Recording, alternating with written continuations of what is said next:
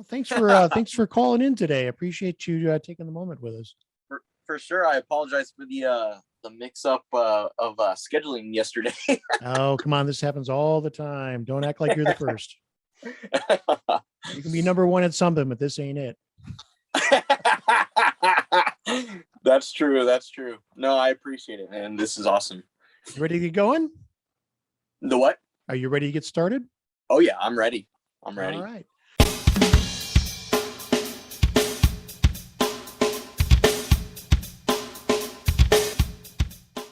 For those at home, today we're speaking to Mr. Jonathan Norris. He's with the band Kingdom Collapse. Welcome. How's it going, man? Stoked to be here. Doing well, doing well. We're happy to have this opportunity to share with us. And we're interested in hearing all about your latest single, which is Unbreakable. What can you tell me about the song?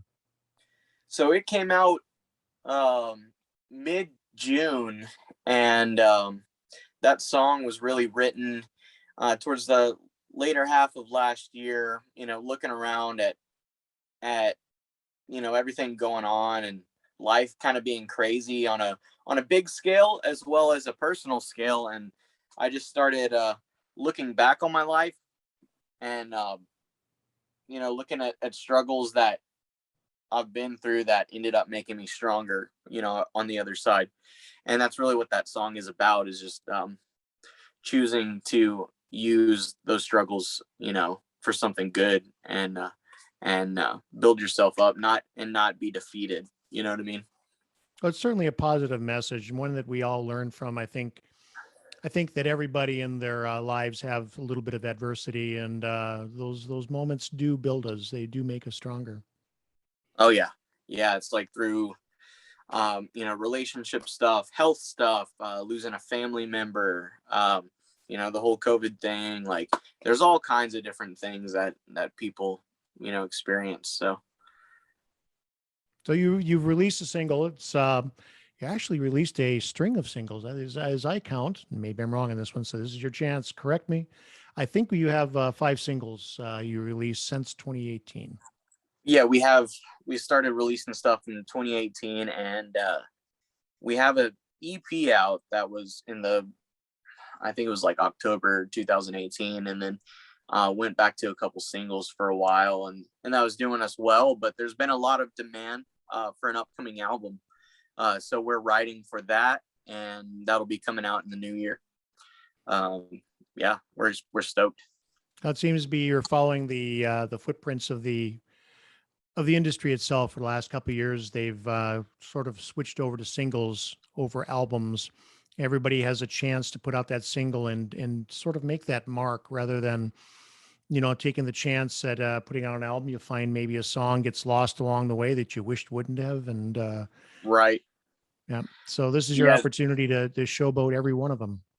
Exactly. And the singles just kind of got the momentum going in 2018, and then we released the second single we released was Suffer, and that was the first little break that happened where we're like, oh dang, like I didn't see this happening, like all that. And we did the EP, and I found that even then, doing the EP, you have the singles or whatever, certain songs just get lost or get buried, in the shadows a little bit, and I didn't like that.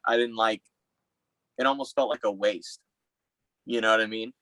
And so we kind of took it back to where every song we released had the spotlight, for its time. Every song had its focus, and it worked well. You mentioned little I'm ready break. for an album. The what? You mentioned Little Break. 7 million views on YouTube, 1.1 on Spotify. That's pretty significant. Little Break. It was, yeah. I mean, it's about 6 or 7 million on YouTube right now, doing good on the playlisting, all that. And that was way before we had any radio support or anything like that. So it kind of just happened right in front of us, and we're like, dang, I think we can do something here. Bit of a surprise, I'm sure. Yeah. Oh yeah. Yeah. It was just the first music video we ever put out. And we were like, let's just see what happens, and blew us away. So Well, going back to Unbreakable, you're once again blazing the trail on SiriusXM, and they've really supported you through all of your singles. Actually, several of them have ended up on their playlists, and talk about the significance that Sirius is playing today versus terrestrial radio. So they definitely, have been a crazy support with this. It's like when Shauna released the press release announcing the release date for Unbreakable, it went out to, thousands of contacts. She does her press blast, and Jose Mangan was one of the first ones to get back to her and be like, hey, mind if I hear that? This was like a couple weeks before the release, and he wanted to hear it for Octane consideration. And I, loved it. And from the very first spin, he was blowing it up as the next big Octane hit and all this stuff. And he, even as of yesterday, 3 months later, he's still saying that. And it's like, it's helped get a lot of eyes on it, and they've been a huge support. And then as far as like the FMs, I've noticed because of that, a lot of other FM stations have followed suit and started playing the song because Octane was playing the song, or you know what I mean? Just kind of following the lead there. Feeling that peer pressure, waiting for the first radio station to actually play it, then they go, well, maybe there is something there. And yeah. Oh yeah. Yeah. And then so as of a couple weeks ago, it cracked into the top 40. So we're starting to get stations coming in on it, which is good. So we'll see how high it goes. The last one went to 35. So it's not over yet. We still got some gas in this thing. So well, it's impressive stats, and particularly when you add in that you're unsigned. You don't have the support of a major label there pushing the record itself, and that's remarkable. There are a lot of unsigned bands out there that are trying to learn the way that you're solving this equation. Oh yeah. I'll get, like, when I check my messages, I get a lot of people asking, what are you doing? How are you doing it? Blah, blah, blah. And it's, first you got to make sure you have the right song to push, and then finding the right team that you trust, and not be afraid to invest in yourself and take a risk, honestly. Now, like all things in the music industry, it starts with a good song. Remember that, people. It starts with music. Yeah. Yep. So you're working on the album itself. How far are you in? Is there an anticipated release? Oh. Welcome to technology. You're muted again. You're mute. There you are. I'm so sorry, dude. My phone died. Perfect. Because I had it plugged in. That's why I was sideways. And then I guess I didn't realize, like, hey, I'm losing juice. Damn it. It's all fun. Let's go back to the question. Let's try to reenact this out. We'll pretend nothing ever happened. Okay. Yep. That sounds good. So I was asking about the album itself, and I know that you've been putting some effort into it with the singles that you've been releasing. Obviously, those are moving toward an album. Do you have a release date in mind?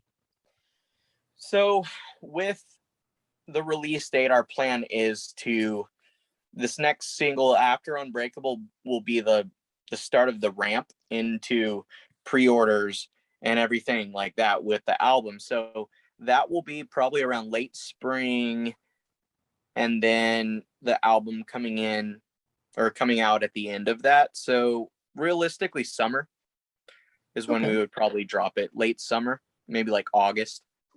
Now, do you intend to release every song on the album as a single, or are you going to leave a few surprises? There's going to be a lot of new material, as well as a couple of the singles that people know. But really just keeping that buzz going and everything going into the album, and keeping the hype up, with everything, and the tour dates and the festivals, just keeping it hot. So one of the songs that you released is a cover, Always, by Saliva. And I know that you've shared a stage with Saliva as well. Was there ever a conversation regarding your cover? There definitely was. So the drummer Paul has been it's grown into a really, like, good friendship with the band, and we played with them several times now. But a lot of that started when we did this cover. It was just for fun, honestly. Yeah. It wasn't like, oh, hey, we're gonna make this huge release. I recorded it for fun. Then I was like, hey, let's put this out. I mean, it was last year during when everything was shut down. Let's just, who cares? Like, let's just put it out for fun. And then we're like, hey, let's try to get like the official like Saliva thumbs up. Let's hit them up, show them the cover, see what they think. Like, Paul got back. He's like, dude, we love it. They ended up sharing it from their Facebook and helping us push it as well and all that. And turns out the week of the release, they were playing in San Antonio. So I went up there and sang the second verse of Always with them up there. Oh, cool, And cool. it was fun. We got video of it and all that. It was really cool. So we're actually playing with them again next month, I think in Oklahoma. Excellent opportunity. Yeah.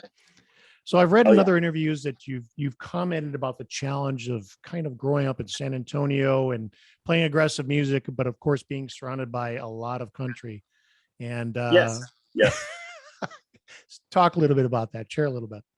Yeah. So I mean, it's not necessarily a bad thing, but it's rock is definitely not the main style of music around here. You go to you go out to eat, you go, it's like barbecue places, you go out to the bar, it's country, you know what I mean? So it's been refreshing getting out a little bit and with these tour dates and being around a lot more like-minded or like just rockers, you know what I mean? Rather than just like, just straight kind of feeling like an outsider a little bit in your own hometown. You know what I mean? Completely understand. Yeah. So you recently signed with Dynamic Talent International, which is a booking agency. So I would suggest that you're turning the page and trying to do some touring here. Talk a little bit about the tour. So Imran is our agent, and he obviously is at Dynamic Talent, and he got the Non-Point tour coming up. He's been solidifying a lot of headlining dates for us. And hitting a lot of new states and markets that we've never hit before. A lot of our success or buzz kind of came during the whole COVID shutdown. So it's nice now being able to do something, and like really kind of capitalize on that momentum and move forward now. So it's been awesome. Like, he's really pulling through with a lot of tour dates, and we just announced, I think 2025 dates last week, and then next week we're going to announce another 12-15 on top of that. So just in the next 2 months, probably like 30-40 dates. So and Non-Point is a good tour with you guys, and it's important, of course, to put the right package together. The fans are itching for live music, of course, but it still matters the package. Talk a little bit about the pairing. Yeah, so with Unbreakable on Octane, on Big Ends, Non-Point, they're single with Ruthless. They're, we have a lot of the same crowd that's listening to us, and I think it's a great fit. I mean, the kind of the more aggressive hard rock like kind of thing that's going on, that starts in a week and a half. I'm stoked, but I remember seeing them like 10-15 years ago, and it's cool to be sharing the stage with them. Absolutely. Well, that's all the questions I have today. Is there anything I missed? Anything else you want to talk about? Man, I don't know. Whatever you got. Well, it's hard to ask the embarrassing questions. You guys haven't been out on the road because of the pandemic and everything that's been going on for the last couple of years. So I'll let those dogs lie. Yep, that sounds good. Okay, everybody at home, this is October. They're going to be out on tour. Kingdom Collapse out on tour with Non-Point, and more dates to come. Everybody get a chance. Check them out. Check out the socials. Follow the band. Great band. Appreciate your time today. Thank you. All right. Thank you. Bye.